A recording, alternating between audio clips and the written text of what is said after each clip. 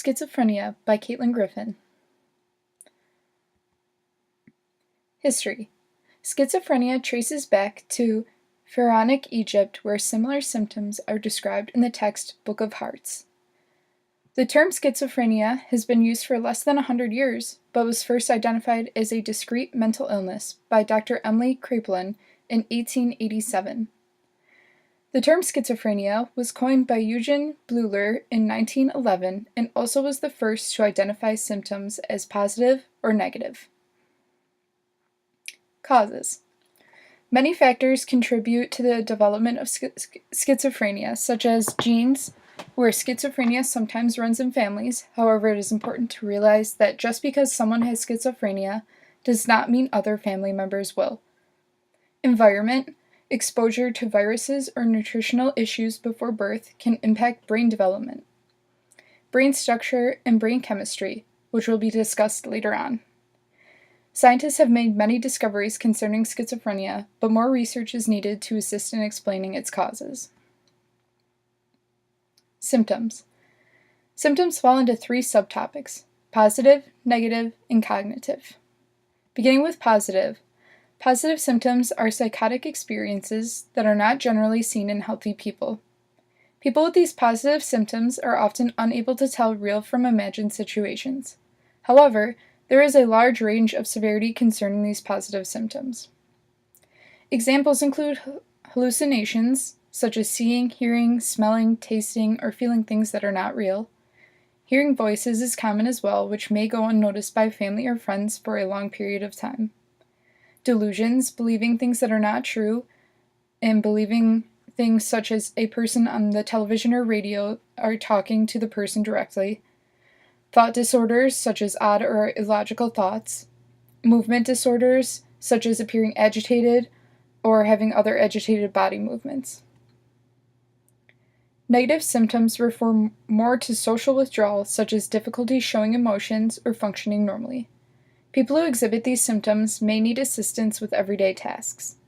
These symptoms can include talking in a dull voice, showing no facial expression, such as a smile or a frown, having trouble experiencing happiness, having trouble planning or sticking to activities, such as grocery shopping, and taking very little to other people, even under important circumstances. Cognitive symptoms are often the most difficult to see, and they can make it hard to get and maintain a job, as well as a person's ability to take care of themselves. Examples include difficulty using information to make decisions, problems using information immediately after it is learned, and trouble paying attention.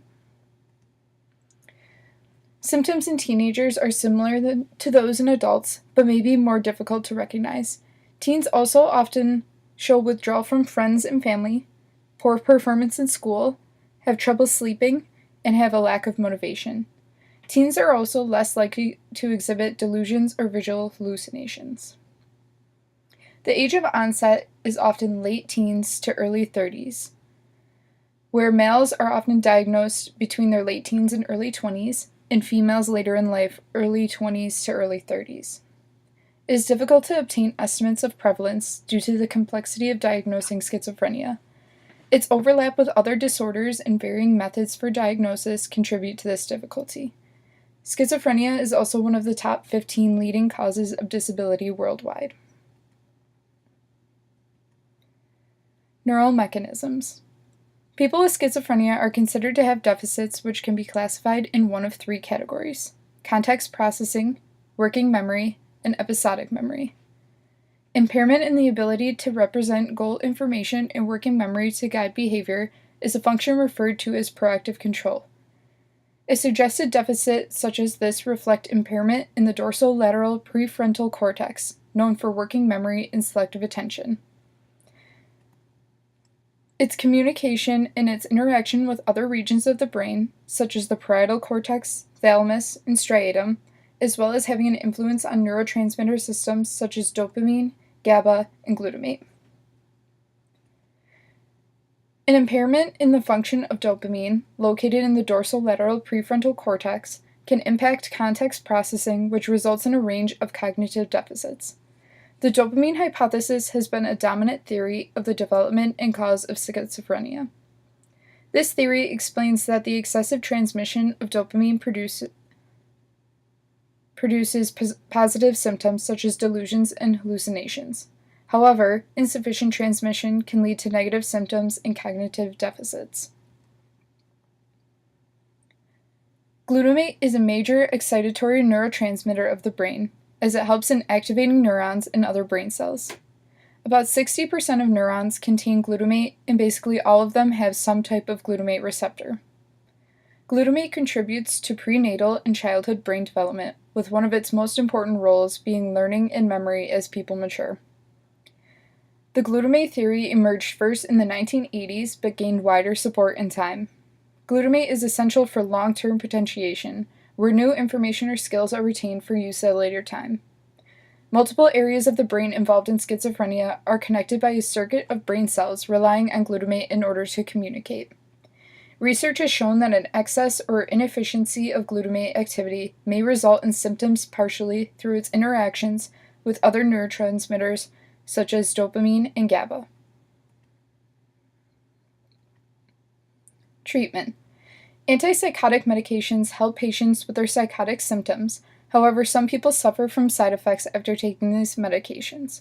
Side effects include blurry vision, shaking, drowsiness, restlessness, and weight gain. Some side effects can lead to other health complications such as diabetes or high cholesterol.